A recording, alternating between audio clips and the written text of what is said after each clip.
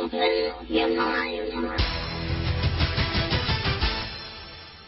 evening and welcome to Open Your Mind Internet Radio. You have myself, Alan James. And you have myself, Stephen George. A very good evening. Good evening. We were hoping to have Claire Cullinan on the show tonight, but for some reason Claire's not online.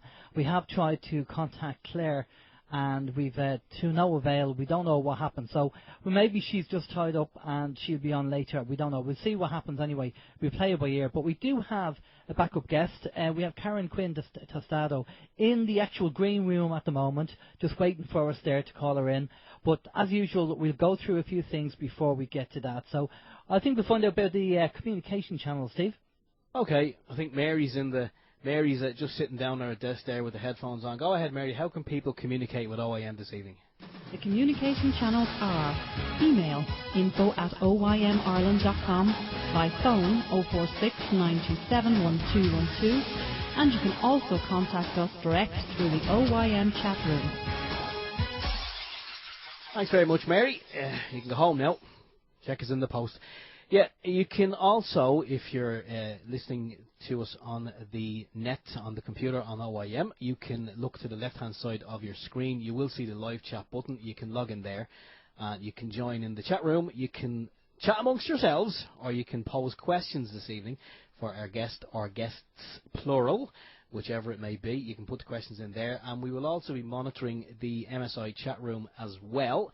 So we'll take questions from there. Everything will be copied and pasted. So please allow a couple of minutes for my copying and pasting, and we'll ask your question then. And if you do fancy ringing in from outside of Ireland, it's 00353, and then 0. You can probably drop the 0. It's 469271212.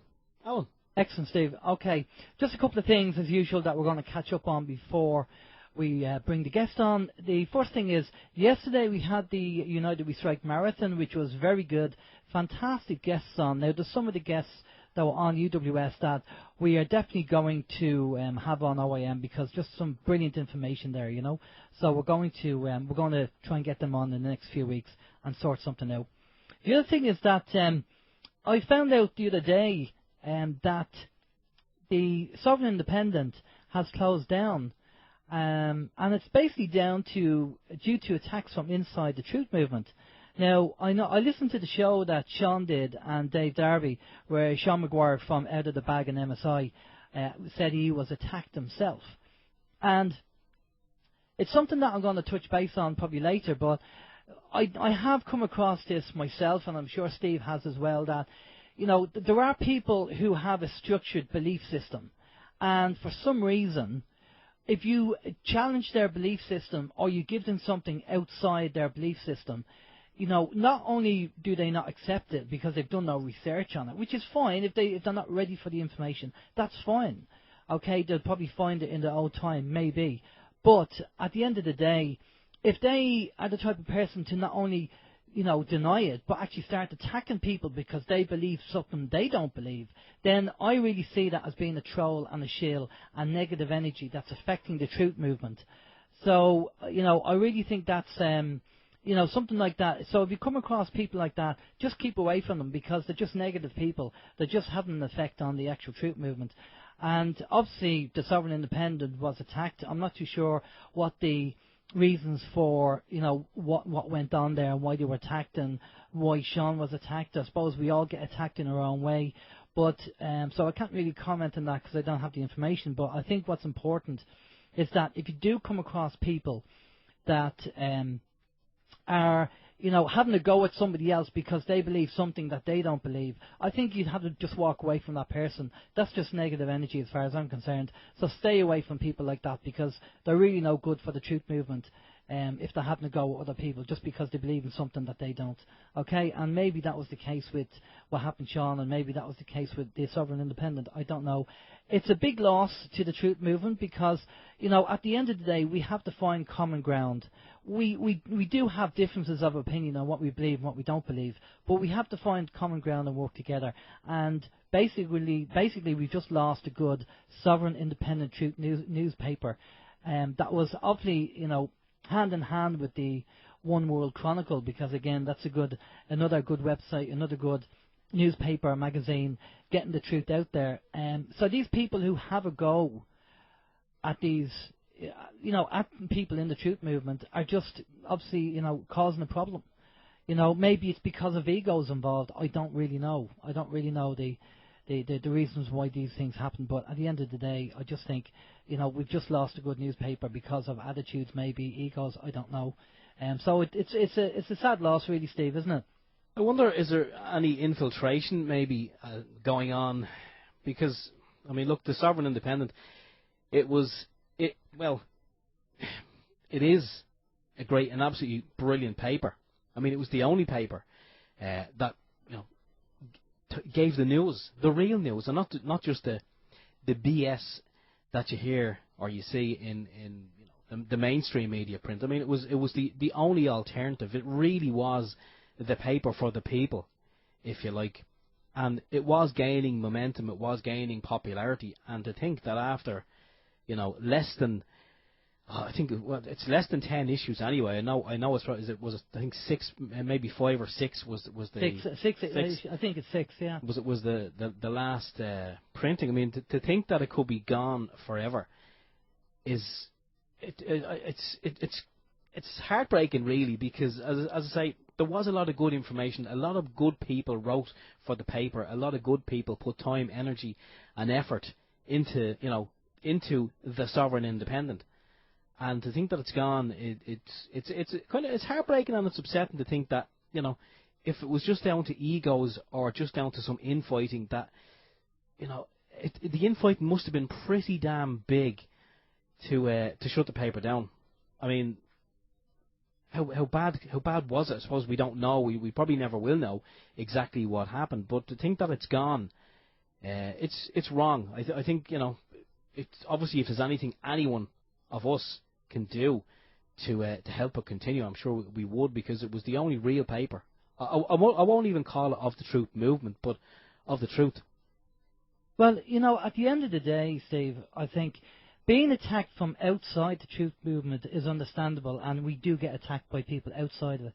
But being attacked from people on the inside who actually, inverted commas, say they're in the truth movement, that's even worse.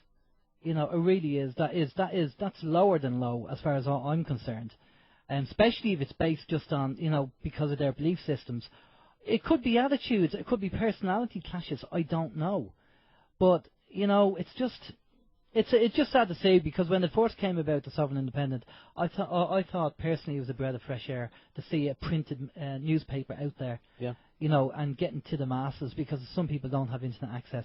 So I'm sorry to hear that it's gone down, and maybe Dave might resurrect it. I don't really know. As I say, we don't know what the semantics are regarding what happened, but it's just the loss of a Truth Magazine newspaper. But just out of curiosity, is it just the printed media, or are we talking like the online? The whole thing is gone, is it? Well, the website seems to be down as well. Yeah, just a message on the website. Right. So there you go. Anyway, so sorry to hear that. Now, just a bit of a not so much of an apology, but just a clarification on something. We found out information regarding the code of practice in the central bank, and basically, the central bank was talking about if a bank basically securitises your mortgage, i.e., sells it, they're supposed to ask for your permission or your signed permission before they sell it on. Okay? Now, based on the writing, I was under the impression that was a statute, but it's actually just a code of practice. It's not actually a statute law. And when I challenged the central bank in this, I sent an email to the central bank and asked them for what is the statute law regarding the banks and everything else. They were kind of very vague. They didn't really say anything at all. And then they said at the end, this will be the end of this thread. We won't be answering any more of your questions. Very nice of them. Wow. Very nice of them, isn't it? Yeah. Okay. So it is only a code of practice, unfortunately. Sorry, it's not that they won't be answering any more of your questions. They probably can't answer any more of your questions. Probably, yeah. You're probably right there. So the central bank won't talk to me anymore. So no more questions from them. But so it is only a code of practice. It's not a statute law. Okay, so maybe we'll see what we can do. We get somebody on talking about mortgages. I think maybe see what we can do. The other thing is, basically, if you want to take Bernadette Bowen there, Steve, where would you like me to take her? I think her husband might object to that.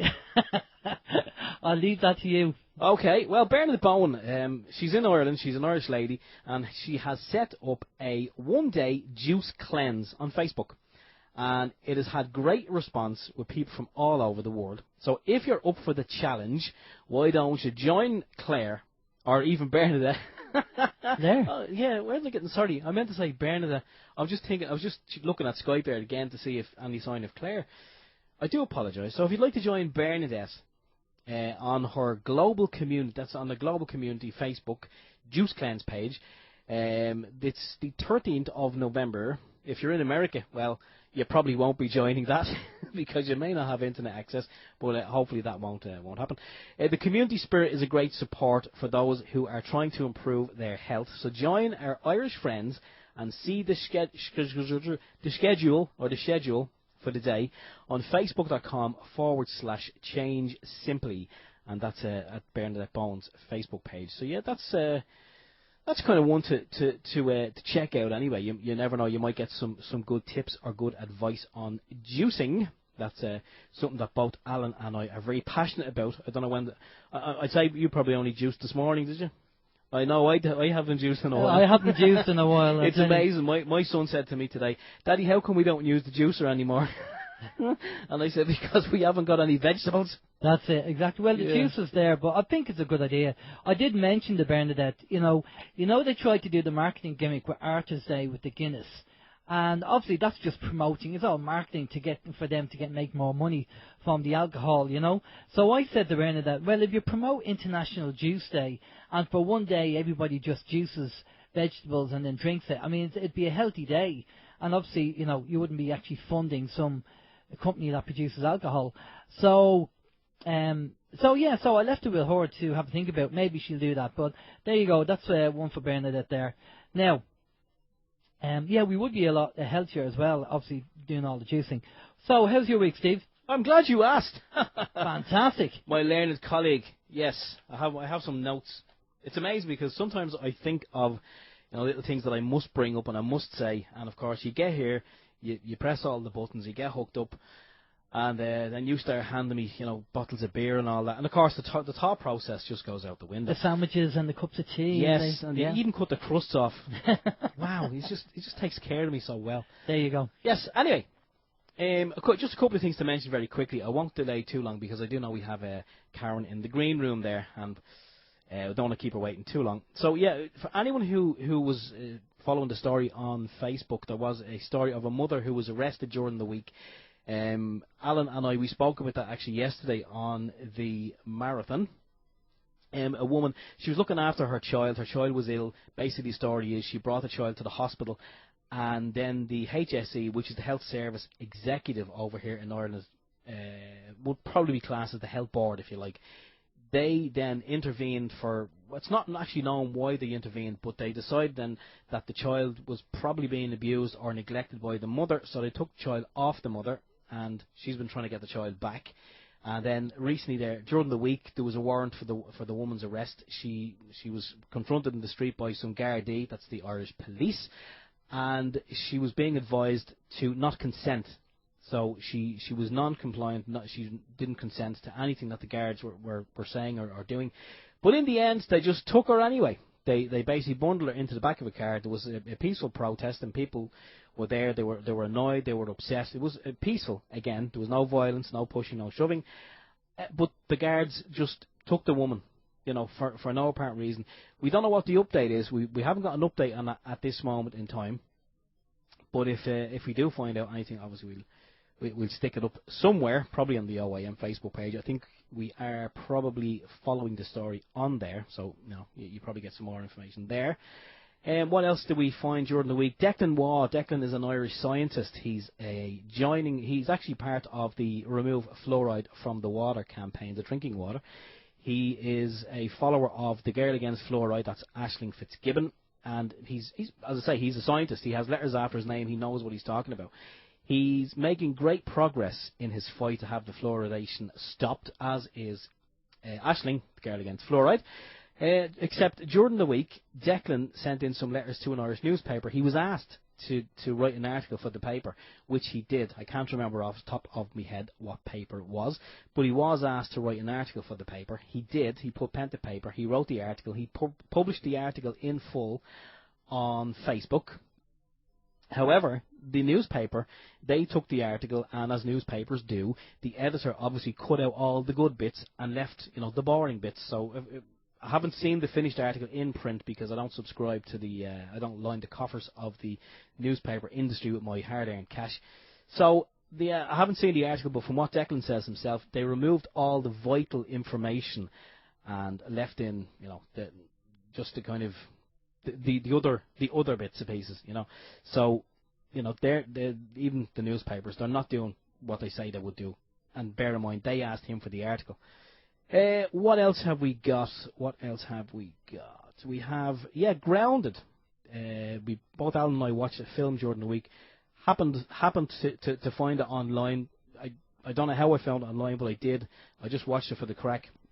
For the crack, that's an Irish word. I believe Irish words don't really travel well. Crack just means for the fun of it, for the hell of it, and nothing to do with drugs. So we watched it. It's a film by Steve Korshell, and you can see the film, or you can find out more information at Korshell Films. That's KORSCHEL films.com. And it's a film about grounding yourself or earthing yourself. They talk a lot about walking barefoot in the earth, and basically there is a build-up of electricity or an electrical charge inside your body, and they're saying that, it's not just this guy, but we've also seen some other information saying the same thing, that when you're working at your computer or you're in your home, because of the electrical wiring, you are kind of exposed to EMF. And the body will absorb a certain amount, and you can do a little test with a multimeter, and you can just see how much voltage, I think it's measured in millivolts, and then it goes up to volts, is actually passing through your body. They're talking about grounding or earthing, i.e. walking barefoot in the grass, if you like, although you wouldn't do it on a night like tonight because it's bucketing down rain outside here in Ireland. And there's also another way you can do it. You can, on your electrical outlet, most electrical outlets have an earth pin, so you can actually connect something, a wire to your earth pin, and then connect it to a little mat, and you can put your feet on the mat or your hands on the mat, or there's probably a million and one other ways of doing it that we haven't explored, but it's supposed to be very, very beneficial for removing a charge from your body. Sometimes you might have a build-up of electricity. They're saying that it could cause all sorts of problems, maybe headaches or migraines, or I don't know, God knows what. But once you're grounded, you don't have to do it like 24 hours a day, but once you're grounded, it does help with eliminating the charge from your body. Anyway, that's KorshellFilms.com if you want to check out that link. And that's pretty much my week, I have to say. How was yours? Okay, well, I had a look at the Grounded movie as well, which I thought was very, very good, very insightful, but you just covered it there. Just very quickly, just a couple of things. The NCT scam. Okay, here we go. Which I'm calling it a scam because I think it is. Right, I get a letter through the post saying that my NCT is up for the car at a certain date, and I say to them, well, according to my NCT paperwork on my windscreen, it says it's up in November, but I get a date for December. And they said, well, we're fully booked up. And I said, well, what happens in the meantime if I get caught by the police? Oh, you'll probably get penalty points if you don't have an NCT. And so I said to them, well, I'll have a date. I'll have this Friday, thank you very much. Oh, we can't do that. And I said, well, I can. So you're saying that because of your incompetence, basically, I have to wait till December the 15th, which means that I could be driving without an NCT, and the police could pull me up, and they could do me with points purely because of your incompetence and not mine. But I get penalised. I think once you have a date, they can't. Well, according to the paperwork on the NCT paperwork, saying if you don't have an NCT, you can be given 5 points by the Gardaí. Well, mine was out on the 10th of August. And I'm not that concerned about it. I haven't even got a date. Okay. Well, I'll probably get stopped now tomorrow, but you know what? It is a scam. You're right. It is a scam. It is a But scam. look, once you have a date, if you have a piece of paper with a date, and if you do happen to come across a checkpoint and they say, "Oh, you've no NCT in your car," you just show them the paperwork and say, "Look, there you go. That's from the horse's mouth. That's from the NCT themselves." Chances are they're not going to do it. But she didn't say that on the phone.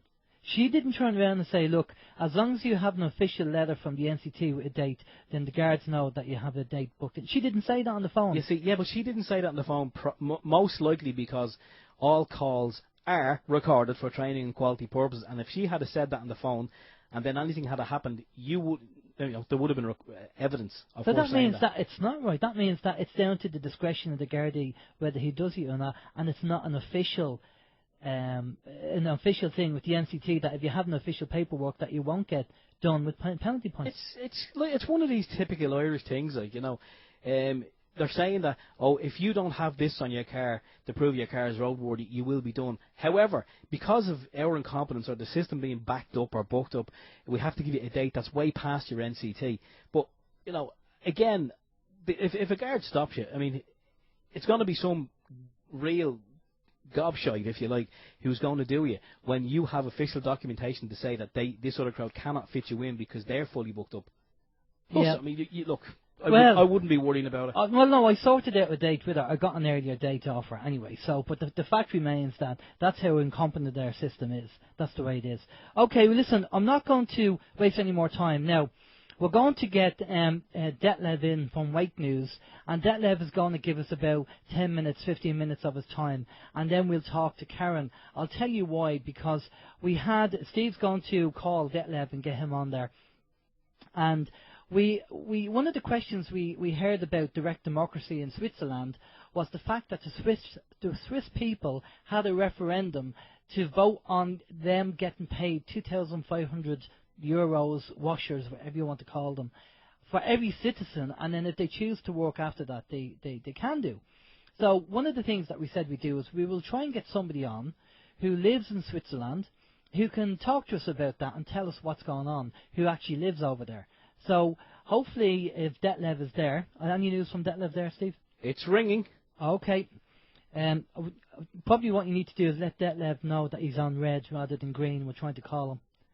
If you can. He's in the red room. He's not in the green room. He's in the red room. We need to get him in the green room. So if you just send him a quick message there. I will certainly do that. And we'll get Detlev in, because Karen's in the green room. Karen's waiting to come in.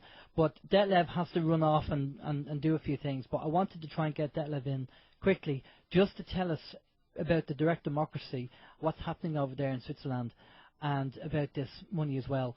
So, because they have it over there, and I think they've had direct democracy over there for 800 years or something. So, as Detlev is German, but he lives in Switzerland, okay, can you just let him know that we're actually trying to call him now? Thanks. That'd be great. Steve is doing his fast typing there. But it's interesting all the same, just to see what the people vote. Now, we did make a comment here saying that the Swiss government has accepted the referendum as of November the 8th, 2013. So the Swiss people will vote on the basic income initiative on a national level. Okay, so they're going to vote on that. So they've accepted. Now, we heard through the news that there's something like 110,000 people actually signed a petition to actually vote on this. So obviously it's gone through, the government has accepted it, but I think Detlev said something about, obviously the powers to be won't like the idea of this because it's taken money off them and given it to the people. So you'd probably be guaranteed that the Swiss government will obviously try and do something to try and stop this. But we'll just have to see what happens. What we'll do is, Detlev's on the phone at the moment. We'll bring in Karen, will we? Well, we're just waiting on Detlev, and we'll have a quick chat with Karen. Okay. Okay, Karen, are you there? How are you doing? Hi, I am here. I'm doing well today. I'm sorry to hear about the sovereign independence, and also your issues there with getting all the rules and regs complied with in Ireland, so they don't come down on you. Yeah. But, doing well over here. It's a beautiful day. Well, we'll touch base with you, Karen, regarding the the grid down and what your take is on that. We had the marathon as well, so we can talk about the marathon as well and how you felt it went yesterday. Detlev is going to be leaving about 20 minutes. He has to rush off. So we're hoping to try and get, he's on the phone at the moment, we're hoping to try and get Detlev in just for about 10 minutes to talk about the Swiss. Because we are trying to get direct democracy, we have a party over here called Direct Democracy Ireland, as you know. Ben Gilroy is the lead of the party, and they're trying to bring direct democracy into Ireland. And as the Swiss people have had this for 800 years, and people have heard this thing going on in the news, we thought, well, as Detlev lives in Switzerland, he has his ear to the ground, he sees what's going on, it'd be good to actually get him on to have a talk to him about it. Even though I was only talking to Detlev yesterday because we were working on the marathon. But when he comes off the phone, we'll get him on. But how do you think the actual marathon went, Karen? Well, what I heard of it, it went fine. I'm always so happy to know that we started this in 2008, and I really do believe that we were the first ones to actually have an international production team going across the world, handing off the broadcast and trying to educate and catch up with each other, and learn that we're just people, all going through the same things in different countries, the same oppression, and I hear, like, David Icke's TV station, I guess, just started, and I'm glad that he's doing his thing, but we were really first internationally to do this, and it's nice that with just dedication and not hundreds of thousands of dollars, we've been able to continue it, and I'm glad to be able to rejoin, although I'm having to do a little pre-recorded spot because now I'm working on Saturdays locally. But I'm really enjoying the fact that it's ongoing, that we have so many excellent people from different parts of the world, that we are uncensored, that we can get on there without commercials and really talk about what we want to, because we're doing it on our time, on our dime, and we're doing it because we really believe that this is a necessary step, uniting people of all colors, creeds, ages, and sizes, in order to do what we can to create a better world and to keep up to date with each other. So I think it's a wonderful exercise in what the people can do without hundreds of thousands of dollars, without big names, but just real people coming from the heart. And I'm so proud of everyone and really happy to be a part of it.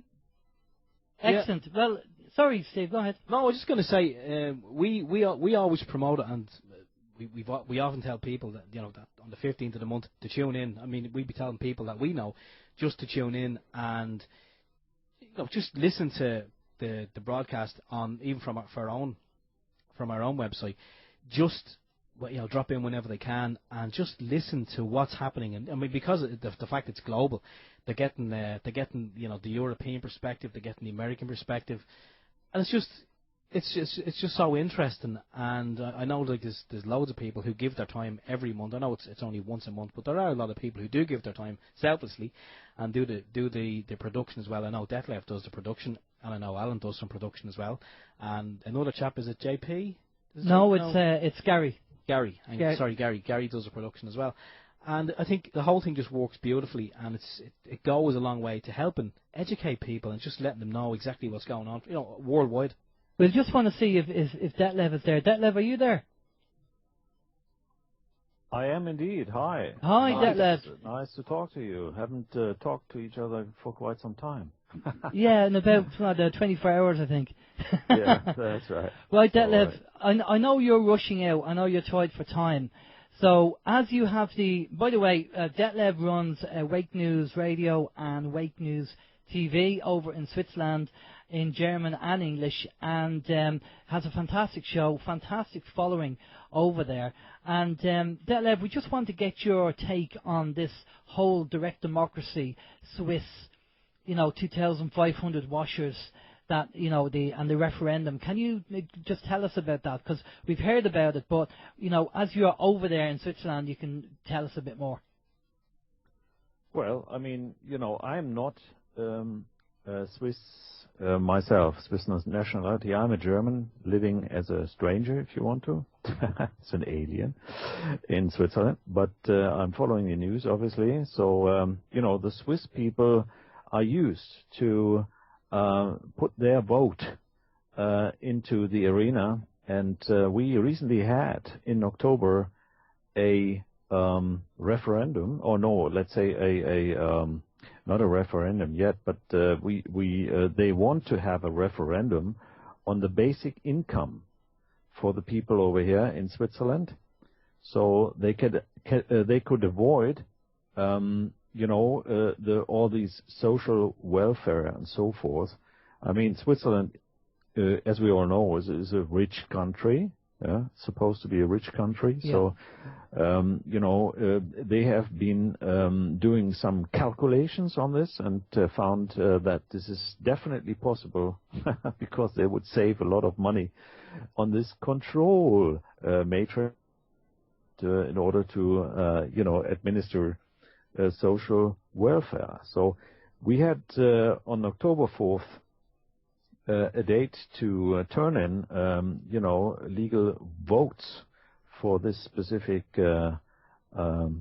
basic income. And indeed, on the 8th, this Friday, the Swiss government has accepted this, and there were 126,408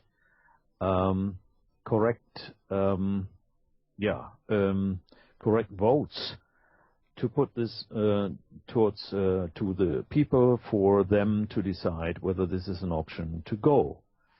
And this is possible, and they have accepted this. The government has accepted this, and now they have got a year's time in order to, to make a report and forward this to the parliament and so forth.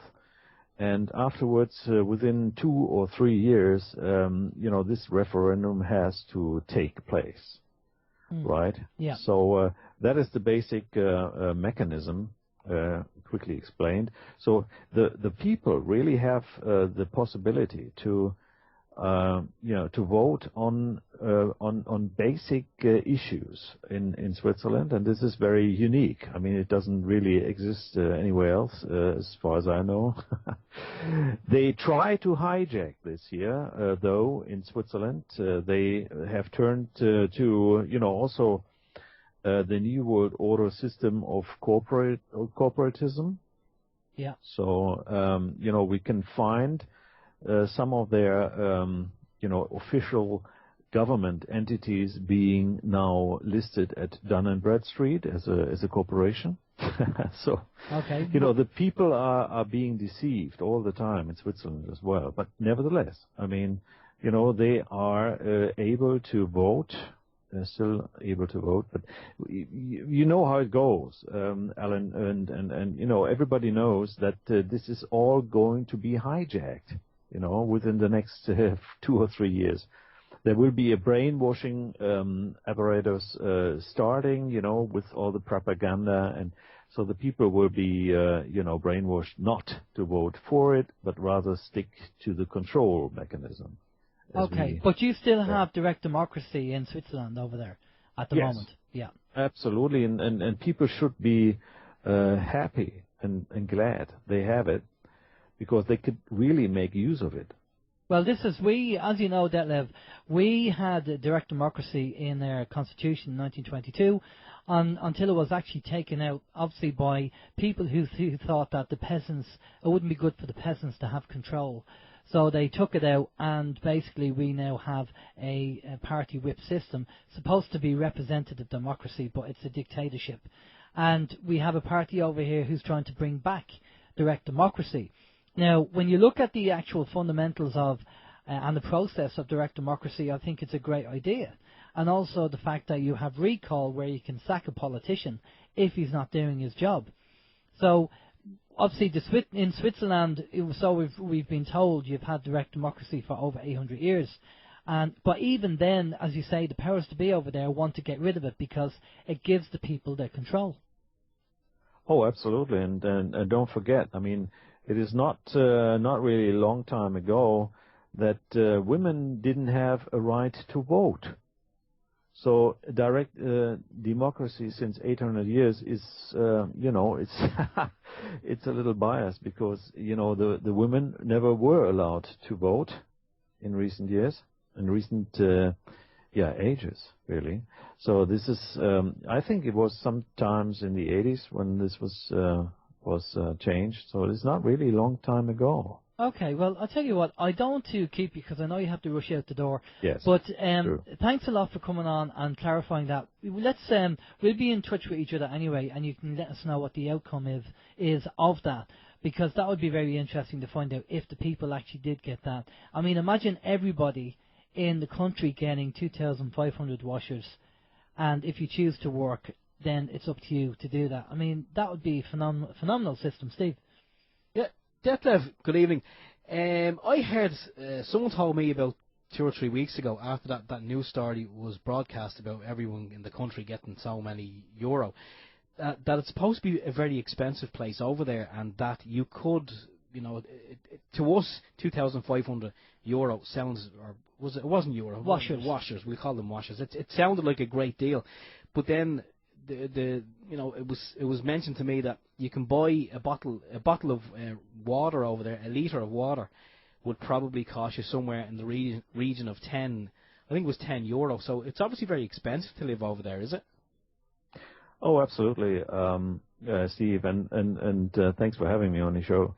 I mean, we always have to keep that in mind, that there's an inflation going on, right? And we have to keep that in mind, that maybe also the Swiss franc is not a real currency, right? It's also a fiat system, because they withdraw the backing of gold. Basically, it's only the notes, the banknotes, and the coins are backed by gold, not the artificial, electronic fiat money.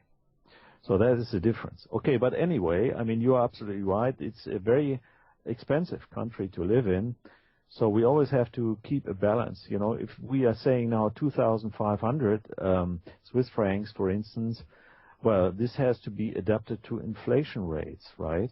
Yeah. So this is just currently you could live with 2,500, but it is not a very easy life, right? Okay, so it's not a real fortune, so it is really on the basic level. Okay, so we'd have to transfer that into euros just to see what the equivalent would be. It'd probably be about 20 euro. I mean the minimum income, social welfare, sort of would be something around 2,100 or 2,200. That includes also the healthcare costs. Exactly. Well, we'd have to work it out. It's probably all relative anyway. So it's relatively close to the basic social welfare sum. Okay. Well, listen, Detlev, before you go, have a quick hello to Karen, because Karen's there as well. Yeah. Hi, Karen. How are you? Hi, Detlev. Good. It's nice to hear your voice again, to talk to you. It's been a while. Yeah, sure. And we sort of, didn't get you in the last United We Strike Radio Marathon because we had this slight issue, but we will sort it out, and maybe you can send us a new version, and we just put it up into the archives. Oh, well, okay. I'll work on getting an MP3. It's not like I don't always have something I can talk about.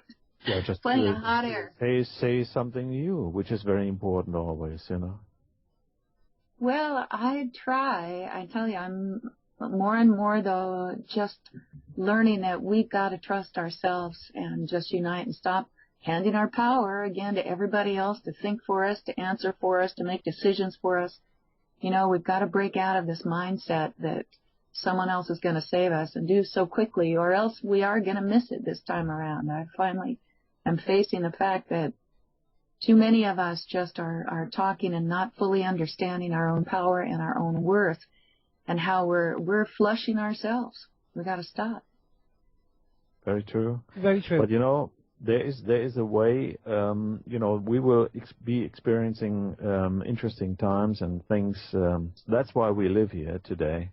So I'm not too negative on that perspective. I'm looking forward to it, actually, because that's the purpose of our living here on Earth currently, that we have to experience this. That's my point of view. Yeah, of course. We've chosen the life that we're going to have down here anyway. Absolutely. Before we came down here, so this is all part and parcel of the grand plan, if you want to call it that. But Detlev, I know you have to rush, so I won't keep you. Yeah. Have a good Thank you. day. Listen, we'll talk to you soon. All right. I think we have to do some work next week, next Saturday with Matt. So, but listen, we'll sort that out during the week. But take care of yourself, Sure. Detlev, and we'll talk to you soon. Yeah, thanks a lot, Karen. Bye-bye, and Steve and Bye. Helen. Thanks for having me on your show. I have to rush now. Thanks. Okay. All right, Detlev. Cheers. Thanks for coming on. Bye-bye. Cheers. Okay, that was Detlev from Wake News Radio and Wake News TV in Switzerland. He does a great show over there. He's great support. He actually was, believe it or not, raided by the police over there, and they took all his equipment. And it took him a very, very long time to get his equipment back. Remember that, Karen, when he told us about that? Yes, I do. And I think it's interesting, too, talking about we chose to be here at this time. I think that that's very powerful and that we most probably did have something to do with it. Although the more I look into the New Age movement and try and correlate it with what we're doing in our world, what our world reflects, which is our belief systems, I tend to agree with Mark Facio, who I was just listening to as well, who talks about the fact that we don't have enough of the action. The New Age is telling us to focus on ourselves and to here they're still trying to sell programs that, buy this and I'll teach you how to have more ESP and I'll teach you how to meditate. And Theo, who is a group of 7 archangels that come through Sheila Gillette. You can go to like theo.com and look into that. I was very fascinated by that. And as you know, Alan, I'm open to trying to learn about things that will make it better here. But what I've noticed is that everyone still is vested in their own projects, trying to sell programs, trying to profit off of this. For Theo, the life program, I called in, I think, in August. And this time I got through and I didn't want to color it with anything. I just asked for advice. Thanked them for taking my call and asked for advice. And was told by Theo that, let's see, you know a lot of things and the time for you to flourish is here. And so I thought, okay, that's cool. I have permission from Theo to flourish.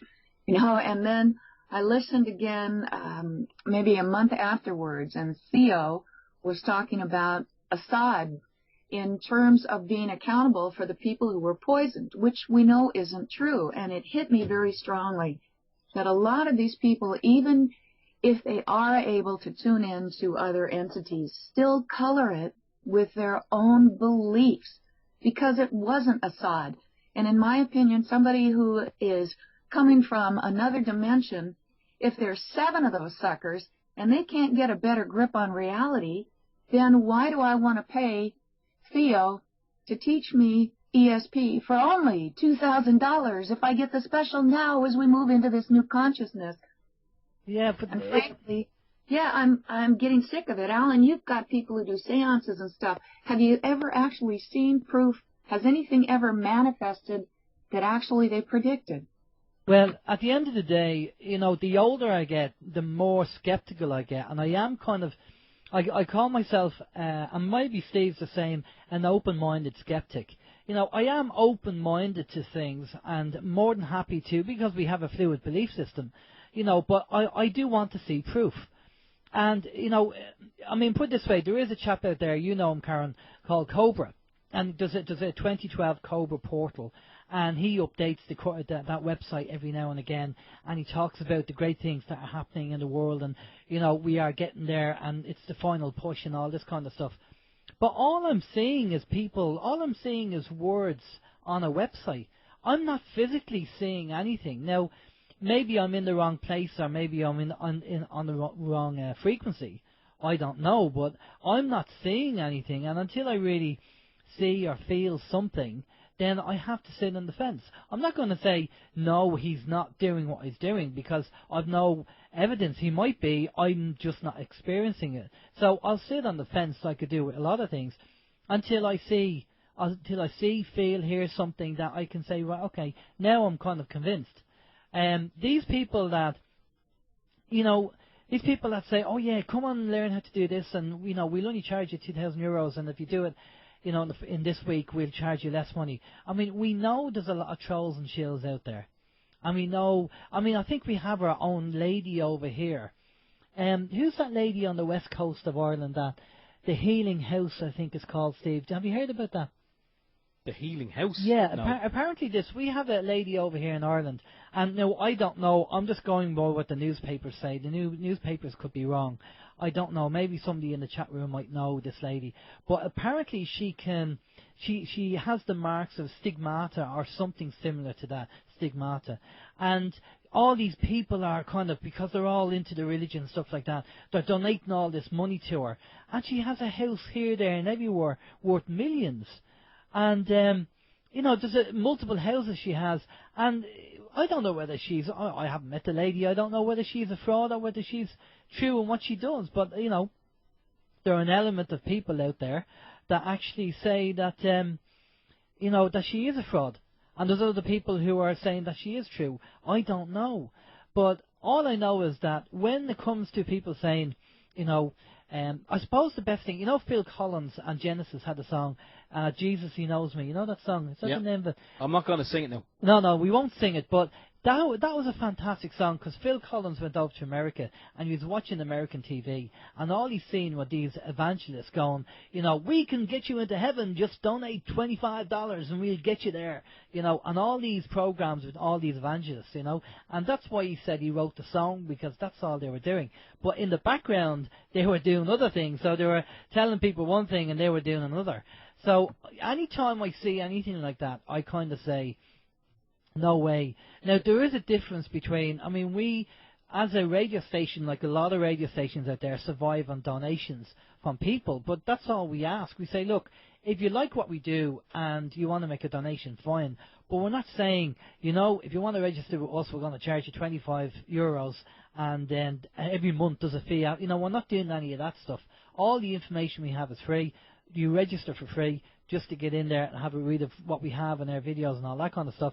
And if you like what we do, donate. If you don't like what we do, that's fine. You can still hear us and still tune in. And that's the difference. And that's great.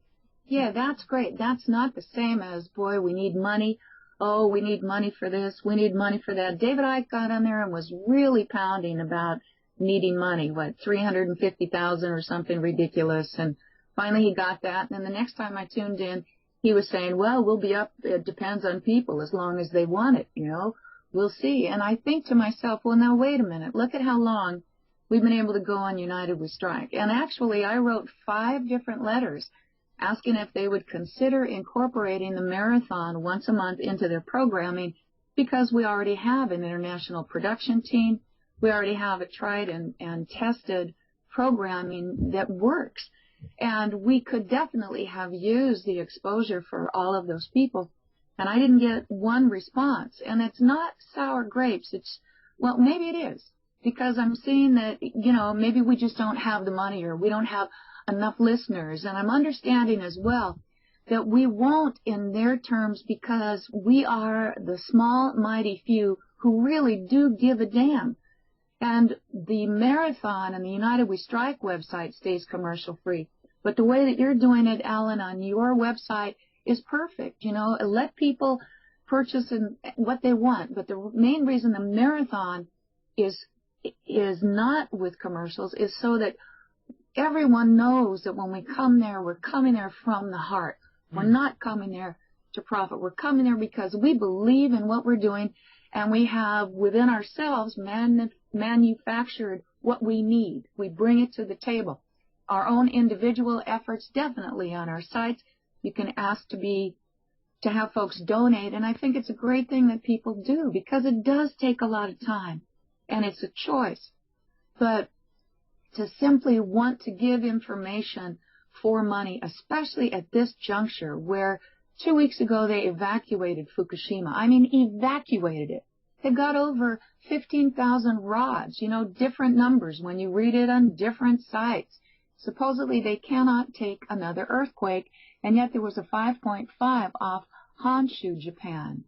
When they start to even deal with these rods, if in fact Comet Ison is coming, whatever that is, well, earthquakes will follow. That will definitely affect our gravity. Now, I don't know what's coming. I no longer know that I believe that we have to sit and do nothing, although definitely focused intention and prayer affects our environment. Is the radiation all a hoax? I don't think so. Not when we've got a debris field the size of either California or Texas floating out there in the Pacific, when the starfish are melting in the oceans, and not once do they say, oh, gosh, it could be those millions of gallons of radioactive water that are poured in the Pacific every day, every hour. Not one time. Oh, but I think man had something to do with it. And I see other people going, oh, well, you better not smoke that cigarette. What about the depleted uranium and the bombs that we're still going for? And the fact that now the Army's going to be using humming-sized drones. What could we do toward healing if we weren't so fracked up, always being spun toward war, being spun toward destroying our world? I think we've got to go within and stop paying other people, stop thinking that we can't act, because, in my opinion, there's no job more important than being good stewards of this planet, healing our earth. That is where we will find our honor. It's not to be found in allowing other people to make decisions that murder and kill and destroy our world while we work to feed the beast. I think we've got to stop selling ourselves out for 30 pieces of silver and get down to the real business of quitting the corporation and starting a job of good stewardship of our world, which has nothing to do with money and everything to do with healing and learning to live in peace on our planet. If the planet stays the way it is, because obviously with everything that's going on, you've heard about the Philippines being one of the worst tornadoes. Tornado, wasn't it? It was a tornado, or was it a hurricane?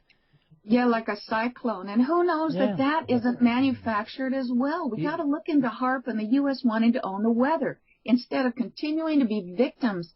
And again, it's why, man, if we all quit on the 15th or another day, instead of go out and march and be provocateured, we're not accomplishing anything outside of our homes, but locally we could accomplish a great feat. If we quit on the same day, we can go local on the same day. We can at least take a break together to break that momentum of being pushed off the cliff and look at our world. What are we leaving for our children? We need to look in the mirror as well. What are we doing? What is our job? Are we contributing to the demise? Are we working somewhere manufacturing little parts that we've been compartmentalized into, but those little parts go into a drone to murder people? Is that a job we want or need? And why do we have other people, some of the worst people, okay, like the Queen, let's bow down and kiss her ass because we're certainly not good enough to live our own lives. We have to live for her. We've got to get over the inequality, the lies, and understand that the paradise we could be creating right here, right now, is all we really know. Where we go after this, we don't know till we get there. At least that's what I'm starting to believe. Well, we'll have to see what happens. I mean, we have to do away with this hierarchical system, because that's what's keeping everybody in control. And we need to, go to the mom and pop stores, keep away from the big corporate companies. Even for the one day during the week is what we promote on United We Strike. Yeah, I mean, Karen, you've done a sterling job for years with the UWS, and you've been involved obviously from the start. And it's grown and grown to a phenomenal stage. I mean, it's fantastic guests. I mean, yesterday, a couple of guests that you had on, definitely I said we'll definitely have them on OYM, because they had fantastic information, especially Dr. Carly regarding vaccines and her background dealing with vaccines. And the offer she made on her website, $10,000 to any vaccine company that could come and prove to her that the vaccines are safe. And that's been on there, I think she said, for 7 years, and no vaccine company has come to her to claim the $10,000. So Dr. Carly, definitely we'll get Dr. Carly on. And obviously Dinah Everett Schneider. I mean, Dinah, brilliant woman, great information, and they don't like her at all, because her computer keeps going down and we have to keep getting her back up. She's brilliant information, but what you've put together in United We Strike is fantastic, and the amount of people that you've got involved in it, it's just how it snowballed. It's kind of, very kind of, it's obviously meant to be, I suppose. And as you say, I know David Icke has gone off and done his thing, but UWS has been doing this for a long time, and you know, 2008. yeah, I mean, we haven't been involved in it since 2008, but we started off with just a show on United We Strike, and then obviously we got more and more involved in it. But the way we kind of follow the sun, we start off with Detlev in Switzerland, and then we come over here to Ireland with myself doing producing, and then obviously we pass it over to Gary in the States, and it'd be fantastic to move it on to Gary, for Gary to move it on to somebody else, maybe over in China. And yes, you know, and then obviously, you know, to go completely around the world and maybe come back to Detlev the next day or something. I don't know. I mean, that would be. And Iran and Turkey, you know, some of these people, instead of going onto Facebook and Twitter, it would be wonderful to be able to be contacted by people who were just as dedicated to getting the truth out of what is in their area, which has always been the dream. Hi, I'm Joe, I live in Turkey. This is what's happening on the ground today. You know, this is what's happening over here. We've got such a way that we can really connect and bridge that gap, and definitely open to that. And I'd love to see people as well record their own MP3, a little snippet, 3 to 5 minutes, you know, in half of it in their original language and half of it in English to send us, so we could also play those during the time, because we're simply people. We're caught down here in this game of power and control, and always from birth being taught that someone else is more qualified to make a decision concerning our lives than we are. And that's another huge lie we need to break through. We need each other, and I don't believe for a second that we're naturally horrible people fighting for survival of the fittest. I believe that we are actually a beautiful people who have been lied to throughout our entire recorded history. And it's time that we have the courage to face our most cherished beliefs and really look into the history that has been hidden and find out who our beliefs serve. We've got to become also a tabula rasa, an empty tablet. When we go to listen to some information that is threatening to our belief system, we've got to try and do it with an open mind and understand if we get that knee-jerk reaction of anger or fear, that's been programmed into us. Let's look deeper into it. Let's find out what happened. On my program on Karen's Corner for the rest of November, and I'm stepping back. I'm leaving Wide Awake News at the end of November in order just to focus on the marathon and my life here, which is finally really important to me. I've been trying to save the world for almost 5 years, and I see that I really can only save myself. I need to be detached from the outcome and not as angry about people who don't get it. But for somebody who is trying their best to get it, my life, my husband, my little farmer's market is becoming more and more important, and educating people there, asking them questions, a little bit at a time, planting seeds of the Rainbow Warrior Tribe, who are a group of all people, colors, creeds, who come together and unite to create a better world. They become the heroes of their own lives. And that time is coming to unite and be more simple. If we quit today, we would still wake up tomorrow. Some of us would be hungry, but many of us are hungry today. If we agree to help each other and cooperate and stop harming Mother Earth, we can make a difference. Millions of us, individuals, nobody having to be subservient. We need to work together. And those of us who are most qualified to do certain tasks, take them on. We can do this, but we need to act, and we need to act quickly if we are going to. It's very hard to... I totally agree with what you're saying. We need to do that. We need to get away from the ego. That's the main thing we need to do. Get away from the ego, find the common ground between all of us, and then work together and make a better society. Maybe we need to go back to the bartering system and move away from this fiat currency, because that creates greed, where the actual whole idea of the bartering system is all about energy. And we are the currency. I feel we are the currency, not this funny money that we have, but we are the currency, and we use our energy to earn money, to earn credits that we can use. And basically how it works is that, if I use my energy during a week, say 20 hours a week, well, I get credits and I can call them off to get other things. if there's people out there who are lazy and don't want to work, that's fine, but they won't be able to buy anything because they haven't done anything. So that's the whole thing. That's why I think, forget about money and cash. It's our energy. We are the currency. And I think I agree, Alan. That's where I think, too, we missed the boat when we're already sitting back and watching the Rothschilds fix the price of gold twice a day. We watch J.P. Morgan fix the price of silver. We see different things in the market where you've got insider trading with these guys who are totally profiting off of us, who are not walking in integrity or honor. We see them profiting, and then we talk about moving to, like from one fiat currency to another. Oh, we need the petrodollar. Oh, we need silver and gold. And I think it's all a bunch of bollocks, to tell you the truth, because I agree with you. It's our energy. Anything outside of ourselves is just that, outside of ourselves. We bring our own worth to the table.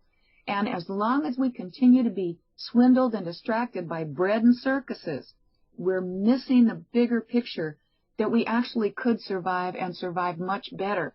And the bartering is excellent. Here at this little farmer's market, it's very cool to be able to trade different things for, okay, I'll take this pair of earrings, and I'll take some bread and some tomatoes and broccoli, or, however you want to do it.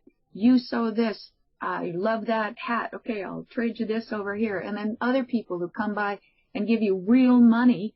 Right now, that's what we use it for, but at least you got something for exchange. But I would rather just have the energy and have us be able to live on our own land and be able to be self-sufficient and trade with our neighbors instead of having to go through government to save us, when obviously our world looks like it does today because of the way they save us. Well, the nanny state obviously wants to take care of us, and they want us relying on them more and more. That's the whole idea. Now, one thing I want to touch base with you on, and I know you're in a good situation with this, but I kind of touch base. I was speaking to Matt before the show started. I was having a quick word with Matt, and I just want to get your take on this as well, just watching the time. This grid down, the Grid X2 system, which they're planning in America this week, actually, 13th and 14th. What's your take on that? What's the feedback? Has anybody said anything to you, your neighbours, your friends? Are they concerned about it? Have you heard any from any of the guests that have mentioned it, and are they concerned about it? I really don't hear a lot of people who are concerned about it locally. Up here in Oregon, they don't know very much at all about that. They're not seeming to pay attention to it. Supposedly, it's coming up. I put a link in your chat room so people can go and look at this drill if they want. It's supposed to involve the United States, Canada, and Mexico, thousands of utility workers, FBI agents, anti-terrorism experts, governmental agencies, and more than 150 private businesses in this power grid drill. One of the things that I want to say is if people take that link and they go to it, and it's called offthegridnews.com, and it's the power grid down drill, so others can do a search for it. But there are way too many lights there in the United States. This is also part of that myth of trying to pound into us that we're overpopulated. There's no fracking way the lights look like that at night here in the United States. We have much more empty space, like you'll see up above in Canada. Maybe a little more like that here. Yes, we've got New York, and we've got Florida and Chicago and some California and places that have more lights, but there are great expanses without lights, and Agenda 21 has been pushing people off their land so that it'll go back to nature and actually the feudal system, which is really what they want. They want to have their private estates, their castles on huge parcels of land, huge acreage, and then they just want the few of us to be able to maintain that so they can go out hunting and they can have all their fun toys, and we'll do the dirty work. That's really what this is about, the feudal system and poverty consciousness and the very wealthy, the kings and queens. So when they are going to do this drill, I don't know, Alan, what's going to happen. I don't know if they're going to shut it down. I know it's what they want to do. They keep us fighting amongst ourselves. They keep trying to take our guns. We had the other false flag down there at the Los Angeles airport, where now it looks like they're going to be arming the TSA, which my husband says that's the reason that they bought all the ammo in the first place. They knew they were going to be doing this, and that makes a lot of sense to me. We have a lot of people over here who are looking for jobs, who are hungry, who are sick, who have been raised in this system, who will take a job wearing a uniform and packing a gun so that they'll have some kind of power and not even realize that they're enslaving themselves. So when this, we're waiting to see what will happen. It's a 10th. This grid exercise is coming up this week. My husband and I will be prepared. We'll probably take another trip into town and make sure we've got everything we need. That's where, at least living in an RV, we don't have all that much space, but we're self-contained and have water tanks and a generator, and we're as good as we can be. And we will help our neighbors as we can. The power's gone down before here when we've had storms. I don't know how this is going to work in the big cities. At this point, I think it's crazy to know what we know and live in a large city. So I'll let you know as we go during the week. I'll try and keep my blog updated. But I don't know. They want war here. We got Russian soldiers. Looks like we'll have Chinese soldiers. The Chinese own a lot of this land anyway. Until we finally get smart and quit and start over again within the communities that we live in, we're going to just keep further crashing, and we're ignoring Fukushima. So, well, I don't know. It's like dancing on the edge of a razor blade these days. I think there's a lot going on, especially in the States. Now, I don't know whether it was you or Dinah or somebody said to me yesterday, if you really want to test to see how good you are when there's a power down, one of the vets told her, the Vietnam vets, not actually vets as in medical vets, but one of the Vietnam vets said, why don't you do a practice yourself? Shut the power down to your house for 3 days. Just go up to the power switch in your house and shut it down and leave it like that for 3 days. And they said, see how you get on. See, which I think is a great way to test to see how you get on, as in how do you cope. Because if you do that for 3 days, you'll have a very, very good idea. Apart from, Steve, you seeing the movie Blackout as I did, and the two of us said at the end of it was National Geographic did a dramatisation of the power down. And I don't know, have you seen that, Karen? Well, I started to watch it, and it really did look like it was pretty real in terms of people's reactions. I didn't follow it all the way through. But I know that there is a lot of propaganda out there. They're trying to scare people, but they also brought up some good points. I mean, if you're caught in an elevator, to me, I would be using the stairs, and I like to use stairs anyway when I go to a place that has them, and especially now. But finish your point about the movie. I didn't see all of it, but it definitely could happen. Yeah, well, this is the whole thing. The whole idea of the movie was a dramatization of what if? What if the power goes down for 10 days in this dramatization, and your neighbours, who you thought, were your neighbours and great, turned out to be, they wanted the food, you had it, and they would have killed you for it. Steve, I think, that's really what it boiled down to. Yeah, well, my take on it was, I watched it, and my take was it was factual. I imagined that in the real life situation, that's exactly what would happen. Obviously, the power would go down, people would kind of go, it's a power cut, it'll be back on shortly, and there'd be no panic. And then, obviously, as the day went on and day turned into night, it'd be, well, we light the candles, and sure, it's bringing us closer together as a family, and, everyone was very, very nice about it. But after a couple of days, Karen, you could actually see the change in people, where they were getting angry. One person had an accident, he got cut. He couldn't go to the hospital. Because he had to go down, I think, something like 46 flights of stairs because the elevator wasn't working, and I think halfway down the stairs he collapsed. So there's that. When someone else got to the hospital, it was running at capacity. They only had a generator. The hospital staff said, we're on a generator. We've probably got about, I think it was 24, 48 hours of power. After that, sure, it'll probably be back on anyway. But if it's not, well, then that's all the power we have. And you're actually seeing that they had key people, characters in this dramatisation. And as the film went on, you kind of seen them. They went. One guy actually went from being your typical next door neighbour to kind of like a raving lunatic. And by the end of the film, people who would normally be civil to each other were willing to kill each other for a drop of oil or a crust of bread.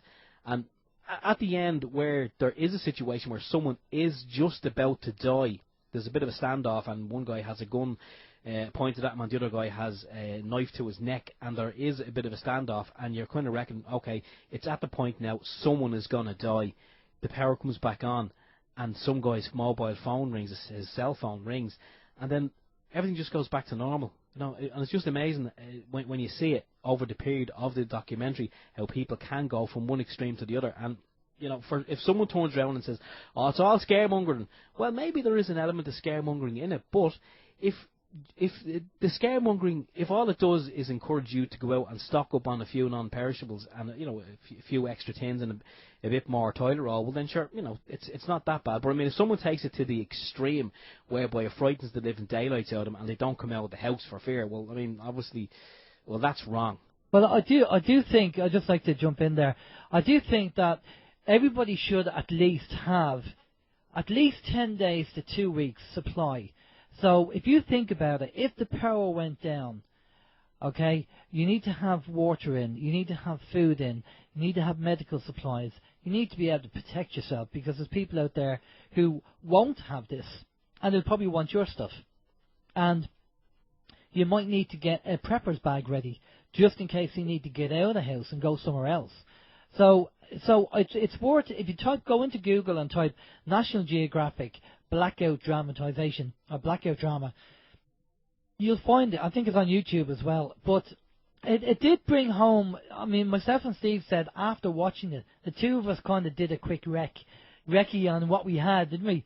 And we just checked that we had the toilet rolls in. But it's amazing that even before that, you'd look at what you have kind of put by for a rainy day or a dark day, and you kind of go, that's okay, I'm all right. But then after watching the documentary, you kind of look at your little stock and realise, Jesus, that's not enough. I need more. Yeah. Karen?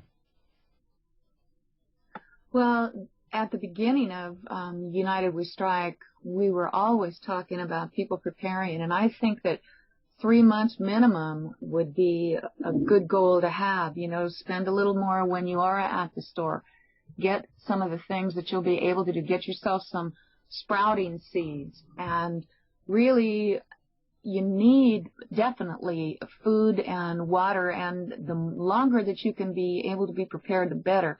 I would encourage trying to work up to at least 3 months, because the shit's going to hit the fan. I mean, it's just inevitable. We've got so many people over here who are so angry, and more people are being stolen from all the time in terms of their pensions, this stupid MERS foreclosure gate and screwing people on their homes and what they owe and the mortgages.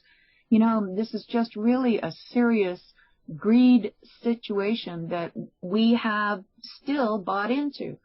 And, okay, if we are under common law, I need to see some information there on the Pope if he was talking about common law, because true common law, and I remember, Steve, when we talked about this the last time I was on, you mentioned, don't cause harm, injury, or loss. Well, that's really all we have to worry about. We don't have to worry about degrees and labels and all the rest of it, but being good stewards of our planet, not causing harm, injury, or loss, and working together, demanding that they release the hidden technology that the military-industrial complex has secreted away, the Tesla technology that's been expanded upon, instead of weaponizing it, which is all that's been happening. The whole 20th century, in my opinion, was about weaponizing the Tesla technology, because this is a multi-generational coup that we're still succumbing to. But we need to be self-sufficient, and that's the main thing they don't want us to be. They want us to go to experts. They want us to go to them. And we definitely need to look in the mirror and ask ourselves, what would we do if we had an earthquake or a false flag that happened right in our neighborhood, down the block? How would we cope? We need to think of that now. We definitely need to do that, and a prepper bug-out bag is a good thing as well. I think with everything going on at the moment, there's so much disinformation out there. We talk about Comet Ison and Planet X and Nibiru and all this, and there's so much. As John Irwin said, when you bury the truth in a barrel full of lies, it's very hard to find it. And they mix the truth in with the lies, and you don't know what to believe. And apparently, I did get a message from Dr. Carol Roslin earlier today saying that you can now see Ison with a pair of 10 by 50 binoculars. Because it's on its way to do perihelion around the sun on the 28th of this month, and then it'll be closest to us, I believe, on the 25th, 26th of December. Now, again, take everything with a pinch of salt, because there will be probably massive changes on the planet if this pole shift does take place whenever that's supposed to be due. Some people think that it's already taken place, or we're in the middle of it at the moment. Again, we don't really know. We know there are earth changes going on, so we have to be aware of that. But I think definitely being self-sufficient as much as you can, I think that's the important thing. I think it's very important for people to check their stock. Now, there is a couple of shops. Like, I was down in a shop today, just having a browse around, called Choice, and they have a number of shops around Ireland. One in Navan, one in Kells, and there's a few others around. And the products in there are pretty cheap. And one of the things they do is a whole bag full of candles, and I think it was $6.99 for a whole bag full of these little table candles. And I'd recommend people, light is going to be very important if there is a blackout.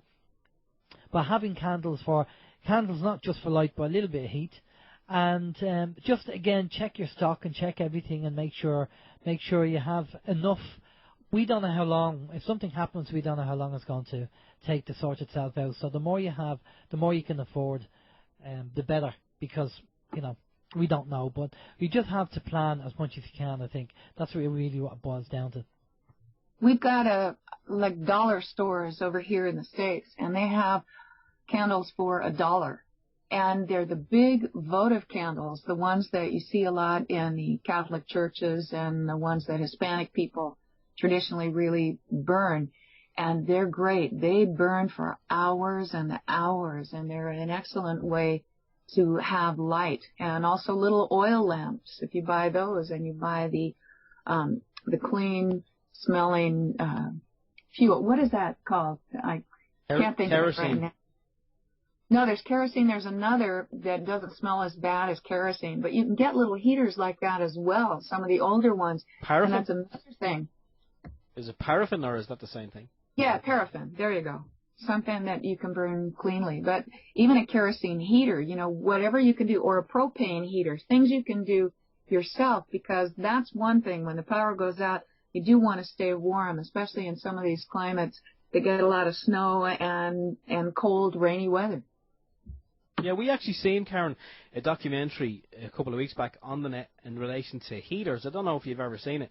It involved getting a big long metal bolt and 3 different size ceramic flower pots, and you put them together in a fashion, and you can use one of those small tea-light candles, and it's supposed to heat the bolt. The heat then radiates from the bolt into the ceramic pot and out, and it's supposed to be enough to heat a normal sized room. And just one of our listeners there on the chat, Jim said that he has actually tried that before, and it did work. He said it's a bit smelly, but it does work. I don't know if you've ever heard of anything like that. No, I haven't. That sounds like an interesting idea.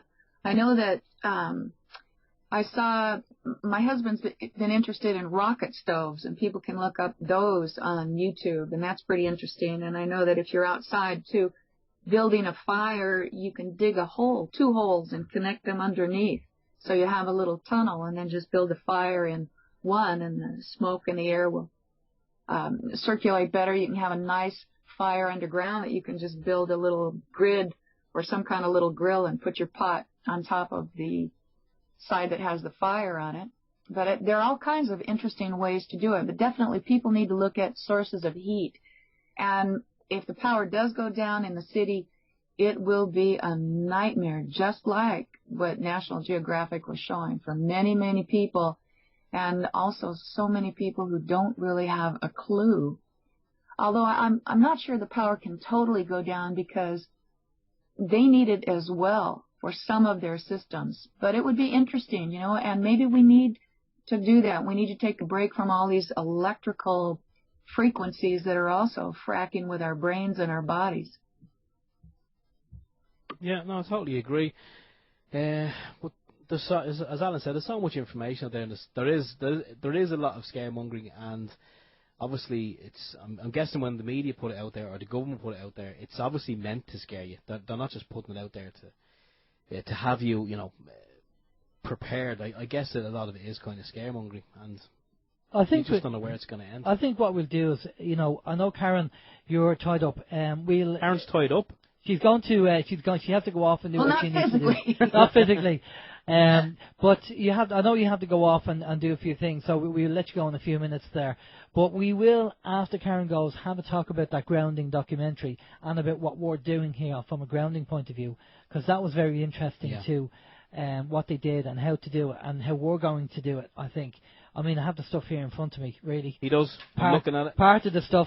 We don't have OYM TV, like a bit of Blue Peter. Here's one I prepared earlier. But we can talk about it. And I'll just let you know what experiments we're doing regarding the grounding, because we found it quite interesting. We will be talking about that. Karen, what plans do you have now for the immediate future, or UWS, or things coming down the line? Well, I am finishing up Karen's Corner on Wide Awake News with a question that I think is very challenging and very important to talk about. Again, it goes back to the belief systems, and that question is, Jesus, man or myth, does it matter?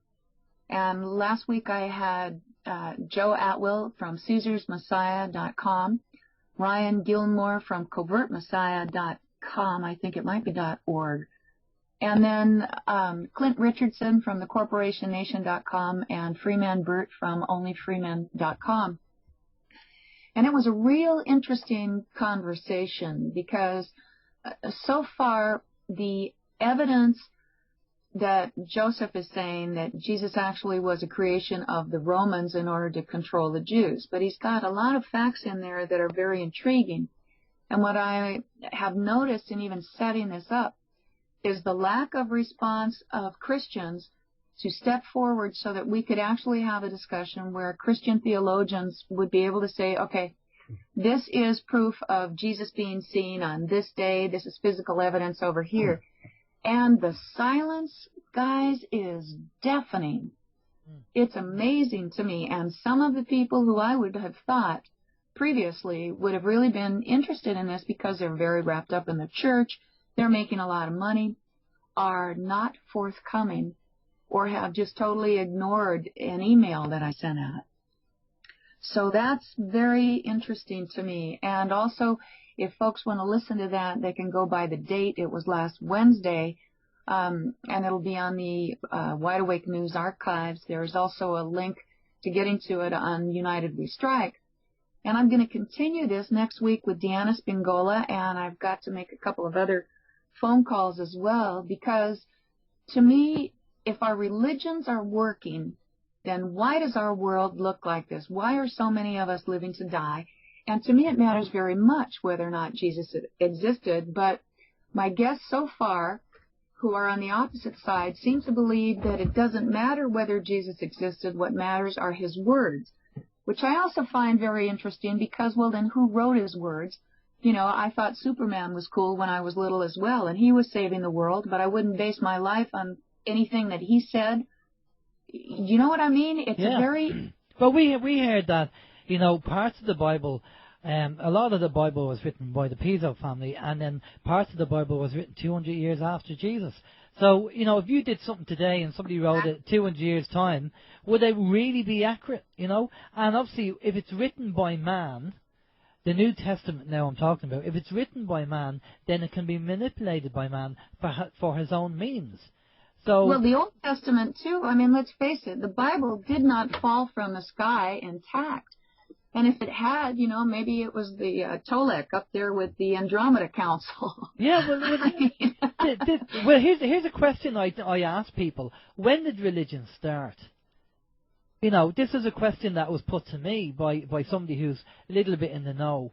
And they said, when did religion start? And, of course, people have different answers.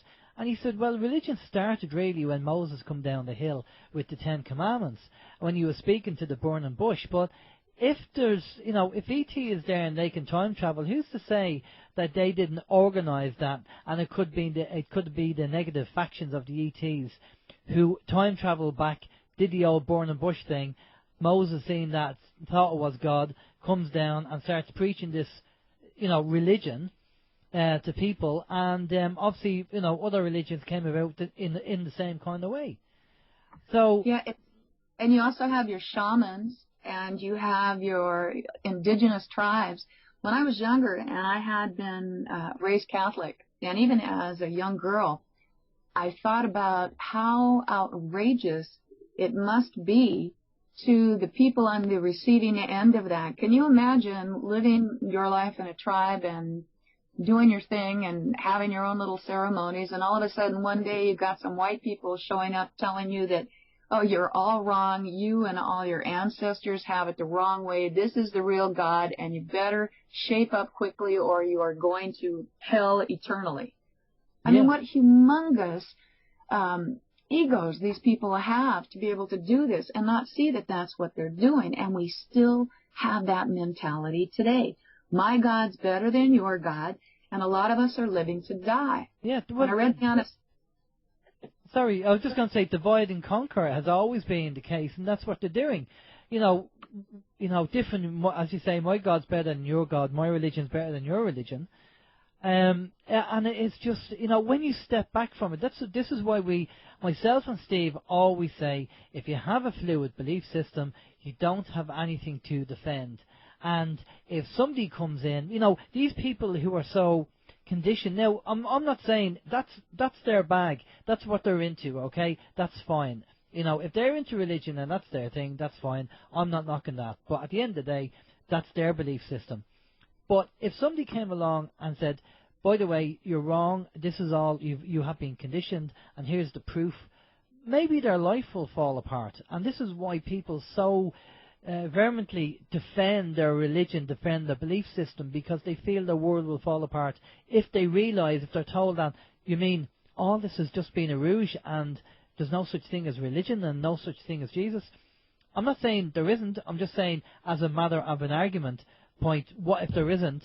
What was proven? What if it was proven that he didn't exist, and it was all a rouge? Their life would fall apart. Where if you have a fluid belief system, then that won't matter, because you just go, oh, okay, well, I've found new information, and I thought that Jesus was alive this week, and next week we just got information in saying that he actually didn't exist. That's fine. Okay, we'll just change our belief system. And this is it is difficult, and I know because I've walked through that, and I'm really leaning more and more toward the fact that it looks to me like Jesus did not exist. However, I am anxiously awaiting and open to hearing evidence on the other side. And until about November, I think, of last year, when I actually watched the film, Caesar's Messiah, and he's got about 5 scholars on there who claim that when you really go into history and you look for clues of Jesus' existence, you run right up into faith. And I know that one listener even accused me of blasphemy, simply questioning Jesus' existence. And this is the type of mentality that is killing us.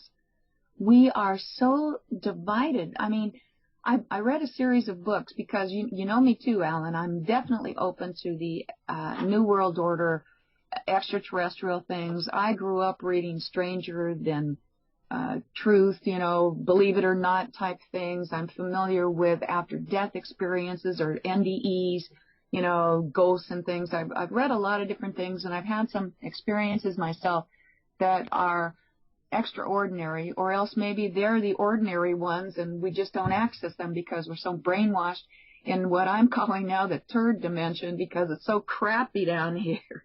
I don't think it's the third dimension, it's the third dimension. I would love to see the fourth or fifth or sixth. I'm not seeing evidence of that either. I'm just seeing us crapping on each other more and more and making this a shitty existence when it doesn't have to be. But I read this book about a man who woke up at 4:44 consistently, and he had all this information channeled, and he believed himself to be the reincarnation of Saul of Tarsus. And the book was really a fascinating read from a whole different perspective, a different spin on it. He was able to also have other people simultaneously wake up at 4:44 who started helping him with him. I mean, it was a great story. And I thought, how cool is that? So I still believe that Jesus was a human being. I have my own belief being brought up Catholic. You know, Jesus is a cool dude. I think so many of us have believed in Christ and the Christ consciousness that thoughts become things, and definitely Jesus is a living energy. But now I don't necessarily think that he lived as a man. However, then I get into, okay, what's in a label? If it's all directed toward the same divine essence that runs through all of us, what difference does it make if you say Jesus or Buddha or Allah or Muhammad? Yeah, but that's it's the divide and conquer mentality. That's the whole idea. One which, I mean, religion has caused so much trouble in the world, and so how many people have been killed because of religion. And that's supposed to be you're loving God and you love your neighbour and everything else. But you can only love your neighbour if he's the same religion. If he's not the same religion, you have to hate your neighbour. This is the whole. I mean, George Carlin, the comedian who's dead now, did a great skit on religion.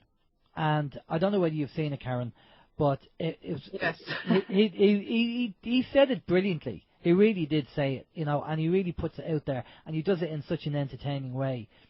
So, the whole, being in Ireland, and obviously Ireland being a very, very religious country, but people have to start asking themselves, about the whole religious thing.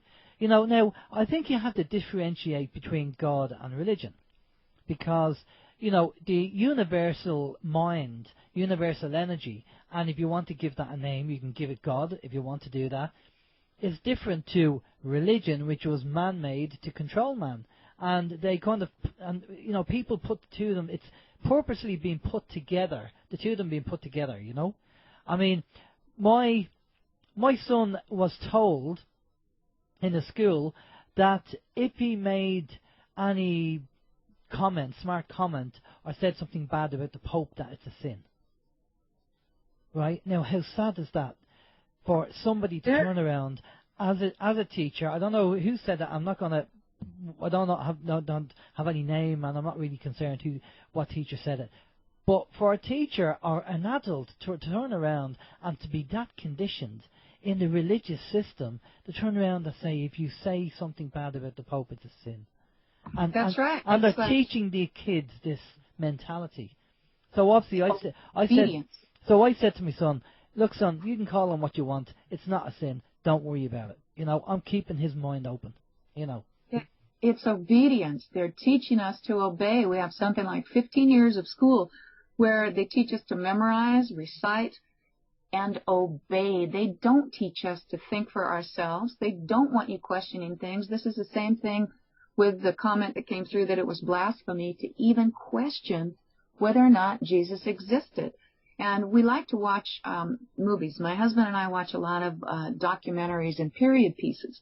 And when you see how in England the king and queen, how they just ruled, you also see the unholy marriage of religion, of the Catholic Church being there. When you step back further and you realize that there are three controls, major controls, heads of the snake of the New World Order.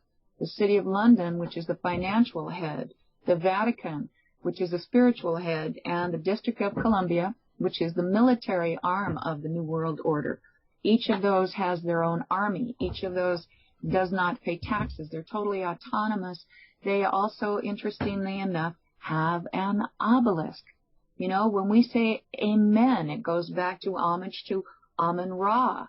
And the Pope, look at all these genuflecting ring kissers. Do you think that the millions of people who line up to try and see the Pope, or the hundreds of thousands who bend down to kiss the ring, would care if Jesus existed?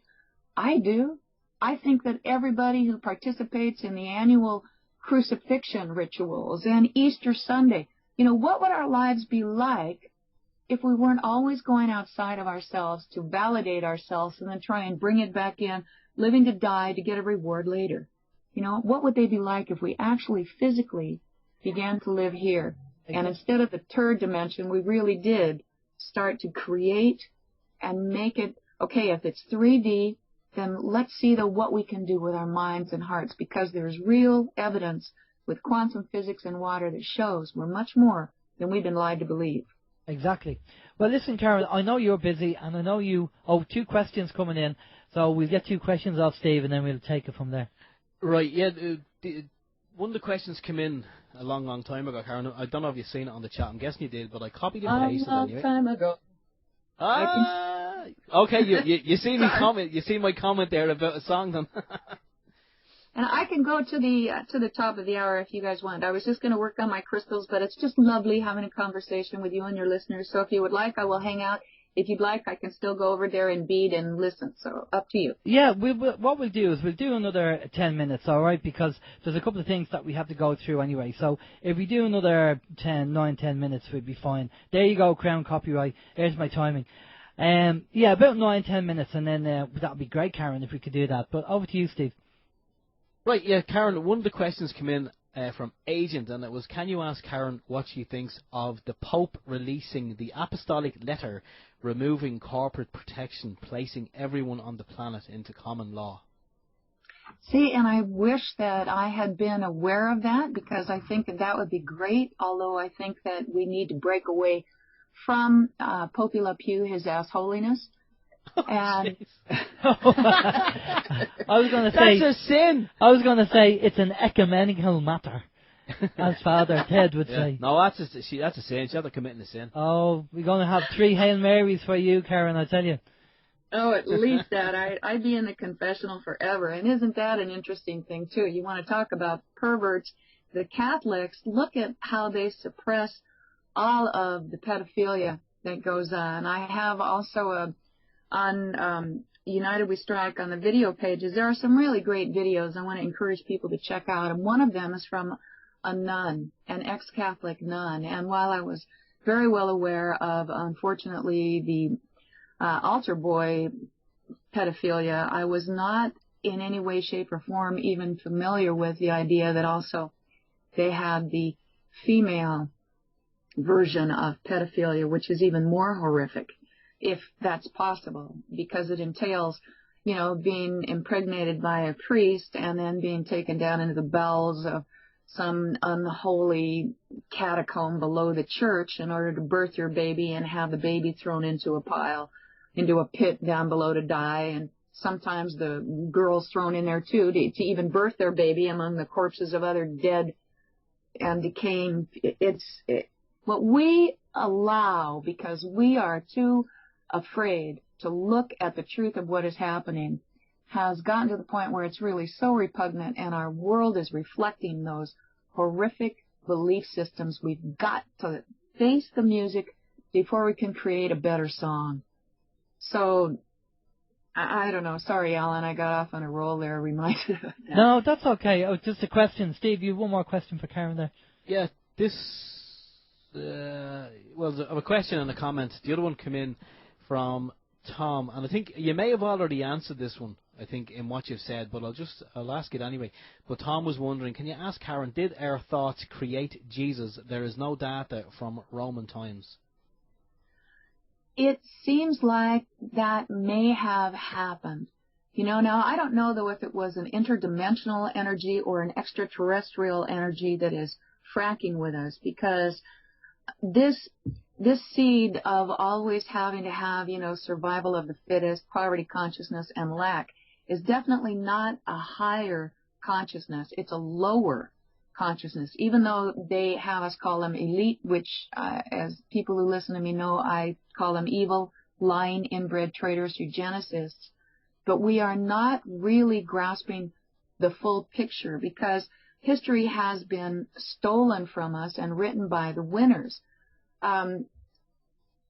Joe Atwell's research talks about in history already the Flavians, who were the family who came after the Judeo-Claudio line, were military men, and they were very active in Rome's expansion. The Judeo-Claudio line already had a group of people who were the Caesars were declared gods, and there's like a royal court that went with them, and they all got off on, oh yes, Caesar's God, so we've got to always have our rituals, and we get to sit at the table, and all the rest of the bull crap. And so the royal court already had this whole institution. So in order to fit in after the death of Nero, whether or not it was suicide or he was murdered, Joe's evidence says that the Flavian stepped into power, and Vespasian Flavian, the father, his son was Titus. Titus had to prove that his father was a god in order to be able to step into this whole royal court and continue that facade. The military exploits that they had prior to that were the sacking of Galilee, where supposedly they took Josephus, who turned and began to work for them and predicted that they would become the emperors, or Vespasian would. So when actually Vespasian did, Vespasian liked that way back when. And then after that sacking of Galilee, supposedly they went to Jerusalem. They surrounded the city. They starved them out. They were not able to get any food or anything. They completely tore down the city, leaving no stone unturned. And they took every Jewish scripture that they could find. And they burned other ones. They secreted what they took back to Rome to study it, because they could not control the Jews, who were not into statues, nor were they into paying taxes. So according to his information, and the Romans were very, very cruel. Anyone who spoke out against them was murdered. They burned the other books. You see how during different periods of time we burn books, we burn the information. So once they did that, and they persecuted anyone who went against them, I mean, you had to be Roman, then they still had to come up with an answer.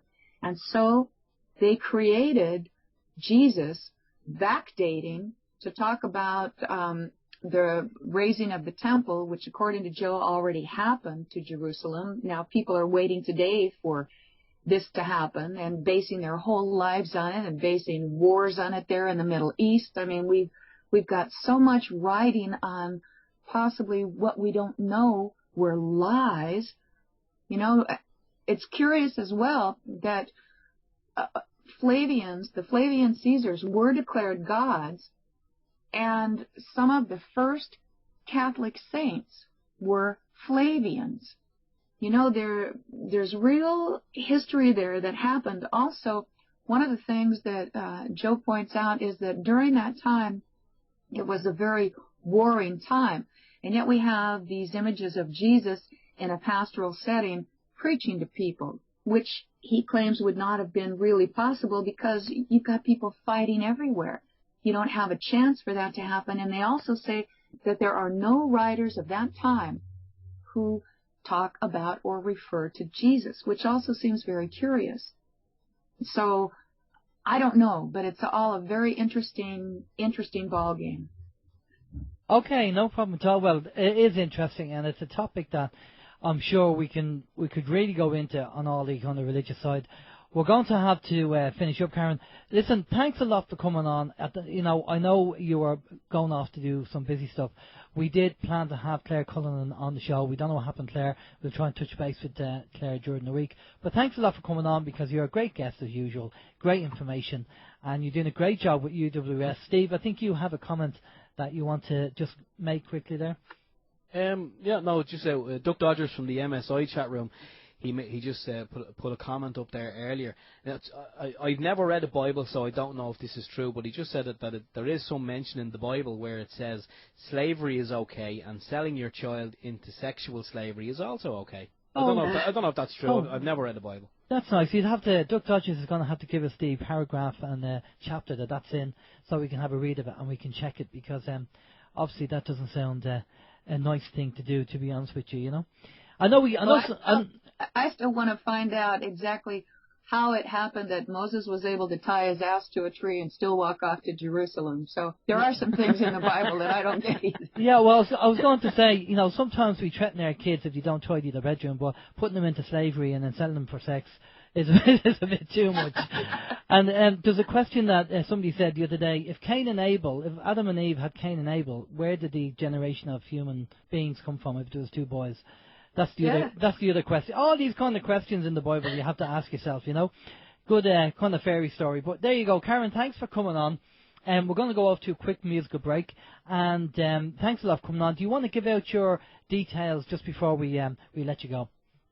All right, you can keep up with me on UnitedWeStrike.com, also on my blog page. I'll probably be updating it later on this week. And again, I'm just done for the month of November in terms of Wide Awake News. And aside from that, I'm just going to do the marathon. And who knows, maybe I'll see if I can get some tips from Alan or Gary and learn how to produce myself, so that if I feel like doing a special, and I may do a special depending on how this series goes, to where we can possibly even include it on the marathon and have a round table in the European section as to, Jesus, man or myth, does it matter? Does it rock your world? And if it does, isn't it about time to grow up and be adults of our religious beliefs or spiritual beliefs? Of course. So thanks for having me on today, guys. We have to wake up. All right, Karen, just stay with us there for a minute, and we'll go over to a musical break. We'll be back after this. This is Open Your Mind Radio on OYMradio.com, MSIRadio.com, and UnitedWeStrike.com. And we're back. That was a little bit of Tommy Truther and United We Strike. Just play that as a little kind of tribute to Karen Quinn Tostado, who hopefully is still listening. Don't buy, don't comply, ask why. Alan. Okay, we have a few minutes left. We were going to talk about the grounding. We still might fit it in. I just want to mention this. This information was sent to me today, actually, and it looks like the Irish government are trying to batten down the hatches regarding the Freedom of Information Act. They're saying here the Department of Public Expenditure and Reform have added a number of late-stage amendments to the Freedom of Information Bill 2013, which is just about to enter the committee stage in the Oireachtas.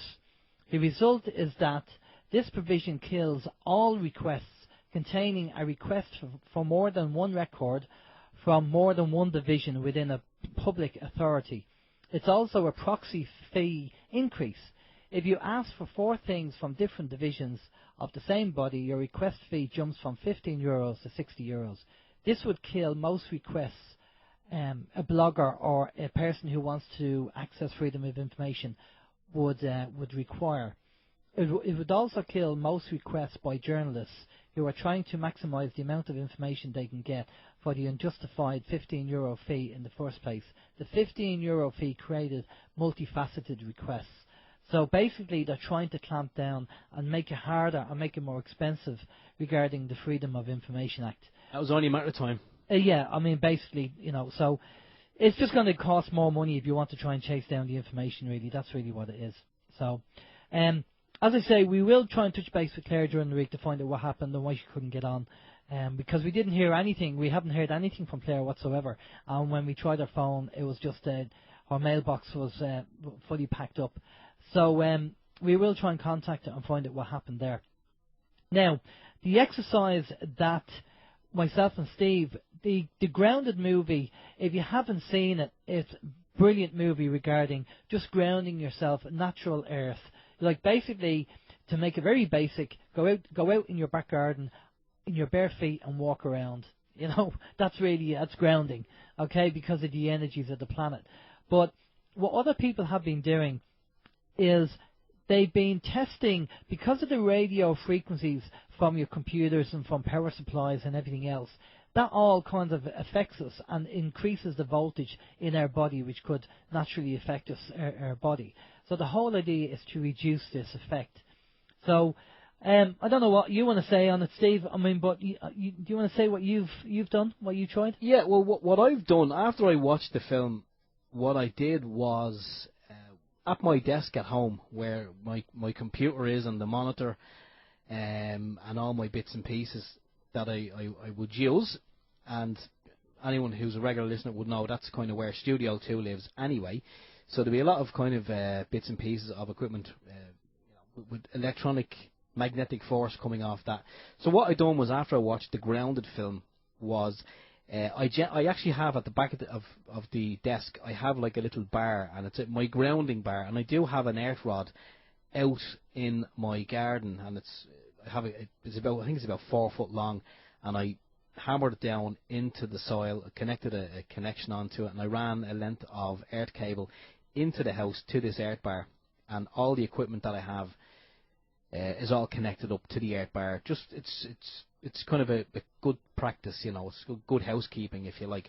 So what I did was, during the week after watching that documentary, I just ran another cable, a small piece of wire, from the earth bar, and I connected onto a small piece of metal that I had in the toolbox, as we all have a piece of metal or something lying around somewhere that will come in handy someday, and it did.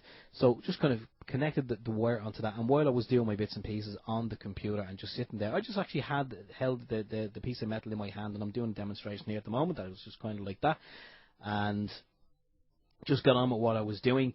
And now, this could be psychosomatic, it could be all in my head, I don't know, right? Okay. However, after what, now, you know from smelling me, and obviously don't stay with us now, because it all will be revealed. Sometimes I come up here and Alan will say, geez, they're banging DP off you. I mean, Steve is a fantastic advert for DP. I am. DP or wintergreen or whatever you want to call it. I do have a shoulder issue from a previous life, and it flares up from time to time, and it was at me the evening I was watching the documentary. So, say the following evening, I just done my little piece of wire and a piece of metal, and I'm sitting there, and I was about an hour and a half doing stuff on the computer, and I went to bed. So obviously I let go of the piece of metal, I put it down, I went to bed, and I thought no more about it. I got up the next morning, and the pain in my shoulder was gone.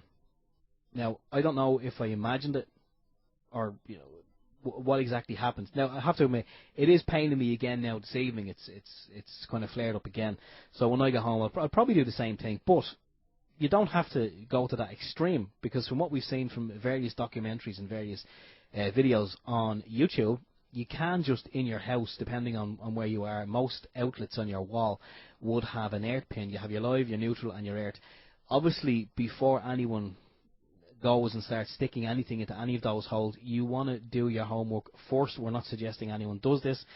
If you electrocute yourself, well, sorry about that, but don't, obviously make sure you know which one is the earth pin first. But they are saying that you can just simply get a regular plug, just connect a cable or a wire or something to the earth pin in the plug that into the wall, and same scenario, you can hold on to it, you can do what you like with it, you can get a grounding mat. See me, there's mats now. I know Alan's probably going to talk about the little device he has here on the table, but there are ways and means of doing it, and I know why Alan has this little yellow thing on the table, and he'll probably explain in detail. I know we have a few minutes, but he probably will explain in detail as to in the IT world what it's used for.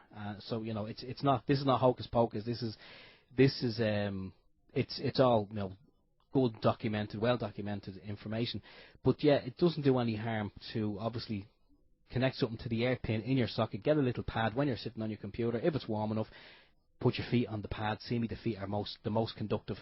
And right, I can't believe I'm saying this, and Crown Copyright's going to get a laugh out, but I'm watching the time, and I know you want to cram that in, so that sounds terrible. You're learning. I'm teaching you well, Steve. I'm teaching you well. Watching the time. Come on, ladies and gents. Right. So anyway, go on. Yeah. Okay. Right. Computer engineers, when they're working inside the computer, they have a strap. They have to strip. Yeah, a strip. They have a strap which they put, an anti-static strap which they put on. You can buy these in computer shops, PC World and all that. Okay, they're only a few quid. Okay, so basically what you do is you get your earth from your plug, and you just attach the actual strap to the earth. So that frees up your hand, so you can carry on working away on your computer. But what I'd suggest you do first is do a little test with a multimeter. Go on YouTube and have a look at the videos first. But get your multimeter, set it, make sure it has, what did you say, milliwatts. It has to have milliwatts on it, okay? Yeah. Make sure it has milliwatts on it, and then do a check without you connected to the earth, and then do a check with you connected to the earth, and just see if the milliwatts, if it drops down. That's really the tester that you need to check. And also, when you do that, you want to go upstairs in your bedroom and check it upstairs in your bedroom, because apparently the further away you are from the earth, the higher the voltage is going to be in your body as well. So a multimeter that has milliwatts on it, and then if you have earth in your house, then if you know what to do, as I say, make sure you know what you're doing, all right? And if you don't know what you're doing, get an adult to help you, okay? Please. As you say in Blue Peter, okay? And but just make sure you know what you're doing, because electricity can kill, you know that. But so get the earth from the actual socket and just wire up to your multimeter, and you can check it, the actual level. But go on YouTube first and Google and search YouTube for the grounding information and see what people are doing, and then you'll get a good idea of what needs to be done. And we're just kind of doing, but the grounding video, the documentary was just brilliant information. Brilliant information. It was. I mean, I couldn't believe it. It was one of these things whereby, when you find it, I was looking at something else, and then I came across this, and sorry, Steve, just to jump in on time. Yeah. It's actually on our Facebook page. I did post it up there. Okay. Yeah, but I know, as you always say, I didn't find it by accident. It was kind of synchronicity, and I was meant to find it. Well, that's what I like to believe anyway. But I watched it anyway, and I just thought it was very powerful. And the guy, he wasn't selling anything.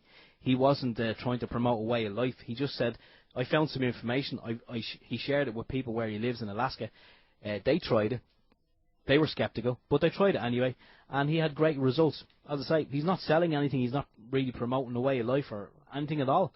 And again, the chap's name is Steve Korschel, and it's Korschel, Korschel, films.com. I think he in a previous life he was a film producer, or he done something with Hollywood films anyway. And I think there may be some chance we may even have him on at some stage. He's been emailed. Absolutely. Excellent. So we will do our best and see what we can do. Now, the guest next week, we don't have one. Guess what? We don't have one. So if any of you would like to be a guest, open your mind. Just send $1. Send $1, and you'll be saved. Now, what we're going to do is we have a number of guests that we can get on for next week, and I'm just kind of juggling the balls, so to speak. not my ones. I just thought you were itchy. It's the way I'm sitting. Well, just sorting out to see who I can fit in for next week. So, but whoever is going to be on, it's going to be interesting anyway. There's two key people who I want to try and get on next week if we can, and if we can, we'll get them on. And if not, then as I say, it's still going to be interesting anyway, because we normally have good guests on anyway. So that's it. That's it for another week. Thanks for listening to OYM. It's much appreciated. Thanks for your support. Again, it's you guys that keep us going, and we just appreciate it. So thanks a lot. You're watching the time there. Yeah. I am indeed. Alan James, good evening. Stay safe. Take care. Okay. I know it's 9 o'clock, so stay tuned for more fun and frolics on MSI. I'm not sure who's on at the moment or who's going to be up next, but it's always going to be good. So, I say from myself, Stephen George, sayonara. We'll see you all again next week. Take care. Bye-bye.